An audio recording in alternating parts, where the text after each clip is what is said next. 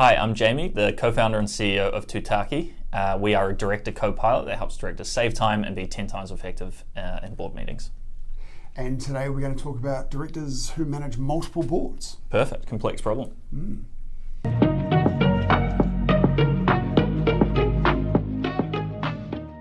Hi, welcome to Governance Bites. My name is Banicevich, and as you just heard, again, I get to spend time with Jamie Green. Jamie, thank you very much for your time. No worries, thank you. I really love what you're doing with Tutaki, and this isn't a product pitch by any means, but one of the problems that you're looking to solve with the software is really related to the topic that we're talking about today. This issue of directors, and this is very common, directors who are on multiple boards and then have information coming from different angles and what relates to which company and which relates to others and the conflicts of interest and things associated with it. From your experience at McKinsey presenting to numerous boards, what were your early observations about how directors grappled with the volume of information that's presented to them? Yeah, it's a great question. And I think typically what would happen is directors get very focused on their area of expertise. So if you're a legal director or if you're the financial director, whatever your kind of domain is, that's where you end up focusing. I mean, we would hand over 200, 300 page M&A documents with like half a week to read them. And these aren't easy, they're new topics because they're not just the business day-to-day progressing to the next month. This is a very new topic of a purchase of a big business. And you'd be asking directors to be very strategic, analyze the conversation, and actually, pose good questions. And if you're given not a lot of time in a very complex topic, obviously it just narrows down how much focus you can have in which areas. So what would happen would be directors in meetings would focus on their lane, and they would hope the bandwidth was picked up by the other directors, or they would just kind of simply settle with the easy low-ball questions. And typically it doesn't create the best engaging discussion. And what you really want to do is give people the right amount of time and not have that 300 pages, have that 5. Yeah, right. Because you really want from directors the challenging questions, right? To poke holes in the arguments to see whether or not it's the right thing to do. Yeah, absolutely. Have you encountered any particularly effective methods or personal strategies that some of the seasoned directors or maybe that you've used that are people that are on multiple boards that they've developed to manage the information flow and connect those themes over time? Yeah, I think that similarly, every good director will have their set of questions that they want to answer, and they will have, as they should be, those are their questions that they're most, they've got the most domain experience for. So they will go through the document in depth and make sure that those 10 questions are answered. They might be compliance, but they're also very specific domain questions. Yeah. And then outside of that, what they'll do is a very good director will bring in outside context to help aid the discussion in the right direction that needs to go. So, what are the things that are happening in the world that are going to influence this decision? Tariffs are a big one at the moment, and there's a lot more around technology development. So why build something internally and spend millions of dollars building a tool when you could partner with a new product in the US that's doing X, Y, Z? So I think a lot of this, $100 a month. Yeah, exactly. And I think the good directors will have their domain-specific questions that they go into depth with, know the answers with, but then can actually think more laterally and bring in a lot of different data sources to guide the discussion in the meeting. And it's really important to be able to do that because across the board table, it's unlikely that you're going to have all the skill sets represented. As much as you use a skills matrix, you're going to be very focused on what types of skills you want on the board based on the strategy of the entity. You're inevitably going to leave gaps. So they have to be filled, and so your directors really can't just focus on one lane. And also from a legal liability perspective, there's only so much you can rely on the expertise of other people in the room, right? You still maintain your liability. 100%. Is the challenge primarily about time management, as you alluded to before, or does it go deeper into comprehension and strategic insight? What is the challenge here with this?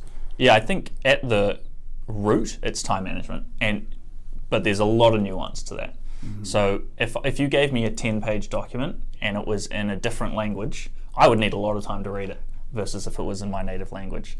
And I think that's the same at board packs. So it comes down to the cohesiveness of the document, and that's kind of like that language piece just before. What is asked of me and how easy it is to get to that information, and then the structure of the board pack. So if you're giving me a 10-page, very concise document that has at the front of it the key questions that I need to ask, I don't need a lot of time to read it. If you give me a 100-page document that is not cohesive, it's very different from last month, and I don't know what I need to do out off the back of it, then I'm going to need a lot of time to read that, or I'm just not going to engage at the right level. And I think that at the core of it's time management, but it comes from both the director's ability to manage their time and also what are they spending their time on. And if that thing that they're spending their time on, aka the board pack or supplementary information, is not set up in the right way for them to succeed, then everything goes loose, and especially if you've got multiple boards to manage that across. So there's a balance to be struck between. It's really important, as we've alluded to, for the board pack to be presented in a way with the papers written in a way that the information's very clear and the decision being asked of the directors is very, very clear.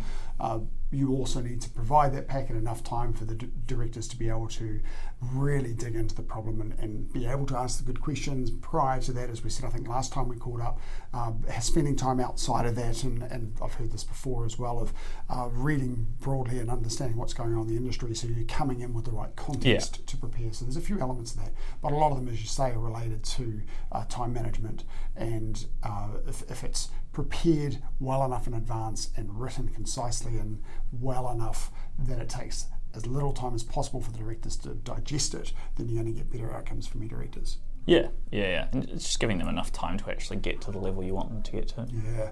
For a director that's on 3 or 4 boards, how realistic is it to truly absorb and connect the dots across all that information? And what are the typical trade-offs that you've observed when people are on multiple boards trying to digest all that stuff? It's a complex problem to have, and I think if a director is battling and struggling to manage it all, they're probably just on one too many boards. But what would normally happen is you're comfortable and then you add a board, and then you get uncomfortable, right? And I think the typical challenge is threefold. One is board meetings are very time and place, and we talked about it last time, but if you're going to a board meeting once a month, and if you're on a bigger board, that might be one of the only times you engage in this content, then the context switching is very intense, especially if you're on multiple boards. So you've got 3 board meetings, they all fall in the same week. All of them require you to think deeply, and you're having to continually context switch. That is an extremely hard problem to have, especially if the questions that are being asked of you are irreversible. So that's one. I think the second is, what are you actually bringing? How do you bring the kind of cross information from other boards to that board? So you might actually learn something from another meeting or another topic that is really impactful for this meeting. And I think if you're too stuck in the detail or too stretched for time, it's very hard to bring those or connect the dots across your boards. And then I think the third one is just general time management. If you do have too much on, you don't get to the level of detail that you need to get to be an effective director. Right. An example of the sorts of themes that you're talking about, we've been talking offline a little bit about the movement in artificial intelligence and technology and things, and they're the sorts of themes that you'll bring across multiple boards, right? We're not talking about proprietary information or anything like that. It's just those real big impact stories, absolutely, that you're able to connect. Because of course, I guess when you're on multiple boards, you're probably you'll need boards that aren't having serious conflicts. They're not competing with each other. They may be in similar industries, but they're probably not going to be in the same industry. There's certainly, as you say, that context switching is very much a challenge. Thinking about those directors who are highly sought after, they might sit on several boards. Are there any specific challenges they face in terms of identifying the overarching themes and the potential synergies or conflicts across those different roles? Yeah, those most sought after directors typically, it's kind of like survival of the fittest. They've made it there because they're good at these things. I think where the challenge lies is, like you say, it's actually connecting the themes and those conflicts. I think if you don't do that well, then you're inevitably just going to end up in a situation that you don't want to be in, either making poor decisions or influenced decisions. And I think for the directors that do it well, they can do that context switching and understand what's important for one board that might not be important for another, but also those themes that are important across. Yes. And how do you actually bring those to the surface in the conversation in the right way? And that might just either be missed and then it's not discussed, or the board director might just have the wrong kind of point of view because they're bringing those themes in the wrong kind of process or purpose in the meeting. Right. What are some of the potential pitfalls or limitations you see for directors, especially concerning their ability to identify subtle but really critical connections across that large, and essentially, the longer you're on a board, the more information is accumulating, right? Yep. So getting across all that. So what are some of the pitfalls or limitations you see? Yeah, I think most board directors are good at seeing the big stuff, and that's because it's easier to see, and usually that's what the CEO is focused on as well. I think where a great director spots is those small things that either, maybe not on purpose, but the CEO is not surfacing, or that they're not realizing are there. And those are the things that exist in the small line items across time that might not look big, but if there's 10 small things, it adds to one big problem. And I think for directors, that challenge is how do you actually find those things, both in the point in time document, but across time. And the directors that do it well will be able to do that. They will be able to get into the right level of detail to answer a big topic. And I think there's two the dichotomy of a director is being able to stay high level, give strategic input, but where that detail is not provided and the context or insight is not provided in the right way from the management team, being able to get down there to actually understand it. And I think being able to do that across time is an extremely difficult problem for a director to solve. That suggestion that you made about the little thing that might carry over time, could you give an example of what that might mean? Yeah. I mean, for an example of something we solved for a director recently was there was a people spend that was very normal. This is what we're spending on people, payroll every year.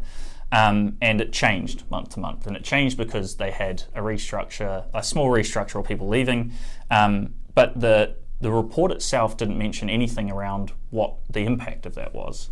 So for a director, spotting that difference is one thing, but being able to say, hey, how are we going to redeploy that capital? Do we need to fill the gap? What's the impact on the business and its operations is the second order question. Mm-hmm. And that's a reasonably simple one, but you imagine if there's something in the business case or in a project milestone that's been set up that's just constantly shifting, unless you actually have the detail to know, hey, 3 months ago we spoke about this, we agreed this point of view, we agreed it would be done by this date, and then unless you have the light switch on in the meeting to go, hey, we've talked about this previously, it can just be swept under or forgotten. Yeah, right. And if those things keep happening, then you just you're not fulfilling your strategy because you've set these things that you're going to deliver, and every small thing keeps pushing out, and the whole strategy is going to fall over. Yeah, yes. I want to come to Tutaki because I really like what you're doing with this software. Where a director is on multiple boards, it's not, unlike much of the software that I've seen, it's not about the board, it's about the director. Mm-hmm. So if a director's on 5 or 6 boards, they can upload the information from all 5 or 6 boards. You're aiming to help directors query information and connect themes. Can you give an example of a situation where a director on multiple boards might find that particularly valuable? Yeah, I think the problem a director might have, and there's threefold. One is you've got a lot of different sources of information and different systems. Now, big directors, a lot of them will just be on Diligent. Smaller directors might be split across Board Pro. Maybe they've got a board on Diligent, maybe one's on Google Drive or one's PDF. And I think if all of that information is disparate and spread out, it's hard to connect the dots. So that's one in terms of the issue. The second is that context piece of what's actually important. So a CEO might surface a change in something, but the actual value a director can have is what's the deeper level insight and what's the question off the back of it. And then the third one is just generally, what is the amount of information that you've got to get across? And for Tutaki, what we help surface is basically how do you take a director's superpower, which is their ability to pull on their historical knowledge and almost gut on what to do in a certain situation and apply it in a very streamlined way to the problem. So how do you do that across boards? I mean, for example, a really good example is a portfolio. They might have observer rights, but they must also sit on a bunch of different boards, so a PE firm, for example. So how do you actually pull the themes across their portfolio to then understand what strategic questions are important? And you might actually find that a question that's being asked in one portfolio company, not being asked to another, but should. Yes. And those cross themes, I think, are really hard to do for an individual director, but also for boards in general. Yes. I mean, you might be on a couple boards, but because of the structure of the conversation, you might not find that one thing is relevant to another when in fact it is extremely relevant. Yeah. And that's the power of Tutaki and AI, is to be able to both pull those strategic nuances across boards, but also across time. Yes. Yeah, I can certainly see some value there. And if you've got a director who is on multiple boards, drawing a theme or an issue, it's about what's not being asked in this boardroom, right? And having somebody that is across multiple boards and being able to connect those dots, is able to bring those themes across and say, oh, have we thought about this? That's a really strong point. We talked a little bit about this last time, but I want to. It's an exciting topic, and I want to dig into it a bit more. Do you see a future where artificial intelligence becomes an indispensable tool for governance, particularly with directors with board responsibilities? Yeah, I think I have to say it, but I think yes is the answer. And if you think about boards maybe 30, 40 years ago, they were typically senior executives that are moving into a directorship role, and they have their wealth of knowledge is actually the most valuable thing, and it is also at the forefront of the development in that industry. So you're a 30-year operations and manufacturing executive that's becoming a director. You have all of the insight you need to govern that board in the right way. But now, as the world's moving so fast around you, it almost feels like the management team is educating the board in some degree. And I think that's just going to keep happening. The world is going to move faster and faster. For example, in technology, it used to take 4 years to build an app. You can do that in a weekend now. And this pace of development around a board means that the board itself needs to adopt this technology. And I think that's going to happen in 3 ways. And we're seeing it somewhat already in workflow automation. People are starting to take minutes. They're starting to do automated agendas, help with the board pack creation, for example, like a lot of admin. I think the second one is in this baseline intelligence. Directors are going to demand that they have live, real-time intelligence from the business to actually govern effectively. This world of discussing something that's a month before, the financials are normally the month from prior, or they're 2 weeks old, whatnot. Like, that's going to stop.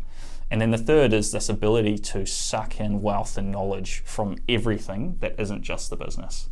You're in the meeting. Wouldn't it be great to have a benchmark against how we're performing against our competitors? Oh, we can just do that instantly. Yes. This ability for the board to move rapidly and decide things almost on the fly with the right information, I think is going to become just everywhere. Yes. Yeah. Interesting conversation I had recently with the CEO of Insurance HQ, John Davies. And we were talking about the rapid pace of the increase in technology. And we're talking about having monthly board meetings, or some businesses, startups and things you might be looking at more or less frequently. But, it tends to be between monthly and quarterly. When the pace of change is so rapid, we started to posit the question whether 6 weekly board meetings would be frequently enough, or whether you'd have to start having quite frequent governance meetings. Because as you say, if you can build an app in a weekend, you want to move very quickly and get these things to release to market. You've got a board meeting, and a month later you've got another board meeting, and you want to make a decision about this stuff. It could be too late. Yeah, and I think the power of that more frequent cadence, depending on the structure of it is ultimately what is board worthy.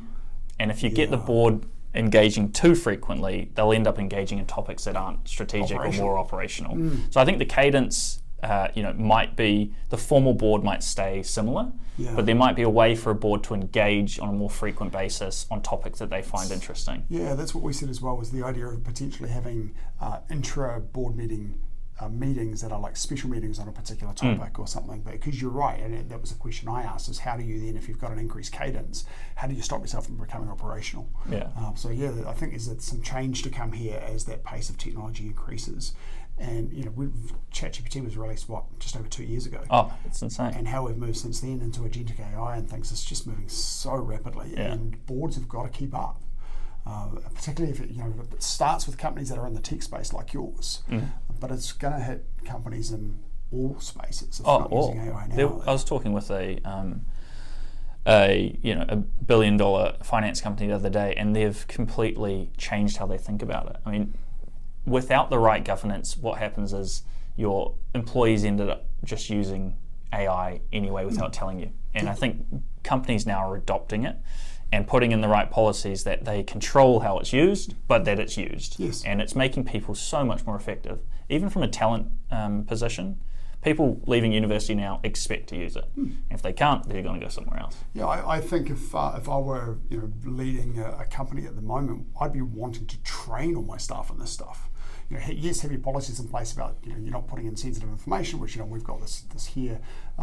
You're not putting in sensitive information. You're not putting in customers' personal information. None of that goes in. But I want to take that step beyond and teach all of my staff about prompt engineering and the different LLMs that are available, and also the different non-LLM AI tools that are out there. Well, not all of them, because there's so many of them that are around, right? But the breadth of what's there, and just to encourage that curiosity. You get so much more efficiency in your business. 100%. One final question for you. What's the best governance advice that you've heard or given, or you've been in the board meetings with your time at McKinsey, the board that you've got now in Tutaki? What's the best governance advice that you've heard or been around? It is ask the right question, and it's very nuanced and very simple, but we've all been in those meetings where someone's asked a question, everyone goes silent, because it's the right question to ask and it's getting people thinking. And I think a lot of board directors will go through their list to make sure everything's okay. They'll tick off the boxes in compliance, and then in the meeting it's kind of, let's go through the motions. And I think go into every meeting with what is a question that's going to get people a bit edgy and make them really think through the strategy and what's next. And I've been in heaps at McKinsey, and typically the best ones are on that edge of, think they're easy to answer but are very complex, and get people really moving in their seats. And I think focus on what is that right question. That's a challenging piece of advice. That's a really good one to think about. Cool. Jamie, thank you very much again for your time. It's been a cool conversation. I'll look forward to staying in touch. Perfect. And hopefully we can do this again in future. And I'll see you next episode. Thank you for watching this episode of Governance Bites. We have more episodes on YouTube and your favourite podcast channel, where I interview directors and experts on various topics relating to boards of directors and governance. We'd love to see you back, and please like, subscribe, and share the videos and podcasts.